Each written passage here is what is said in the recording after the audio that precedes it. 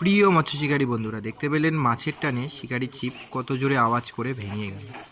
এটি ছিল দক্ষিণ দিনাজপুর জেলার গঙ্গারামপুর থানার অন্তর্গত দুর্গাপুর বিজয়দা পুকুর।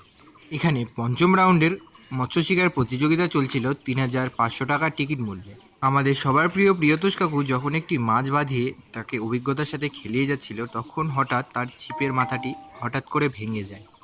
মাছের টানে ছিপের মাথা ভেঙে যাওয়ার কারণে তাকে বেশ সমস্যার সম্মুখীন হতে হয়েছিল।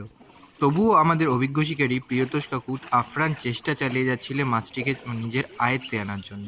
আসুন দেখা যাক আমাদের অভিজ্ঞ শিকারী প্রিয়তোষ কাকু শেষ পর্যন্ত ভাঙা মাথার ছিপ নিয়ে কিভাবে মাছটিকে নিজের আয়ত্তে এনে ল্যান্ডিং করে, এটাই দেখার বিষয়। আপনারা সম্পূর্ণ ভিডিওটা দেখতে থাকুন এবং এইরকম ভিডিও আরও দেখতে হলে আমার পেজটিকে লাইক, কমেন্ট, শেয়ার করে দেবেন। অসংখ্য ধন্যবাদ সবাইকে।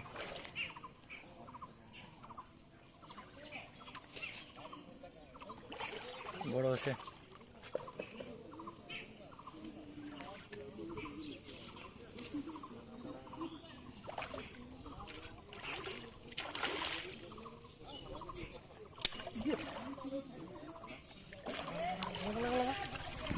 ছিপটাই তো ভেঙে গেল। বড় আছে মাছটা, দেখি একটু দেখি।